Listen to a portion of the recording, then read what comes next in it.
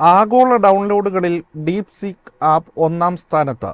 India ഉൾപ്പെടെയുള്ള രാജ്യങ്ങളിൽ ഏറ്റവും കൂടുതൽ പേർ ഡൗൺലോഡ് ചെയ്തത് ഡീപ് സീക്ക് ആണെന്നാണ് റിപ്പോർട്ട്. ജനുവരി 26-ന് ആപ്പിൾ ഇൻകോർപ്പറേറ്റഡിന്റെ ആപ്പ് സ്റ്റോറിൽ ഡീപ് സീക്ക് ഒന്നാം സ്ഥാനത്തേക്ക് ഉയർന്നു.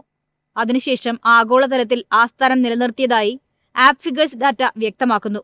ഡീപ് സീക്കിന്റെ ഡൗൺലോഡുകളിൽ 15.6% ഇന്ത്യയുടെ സംഭാവനയാണ്.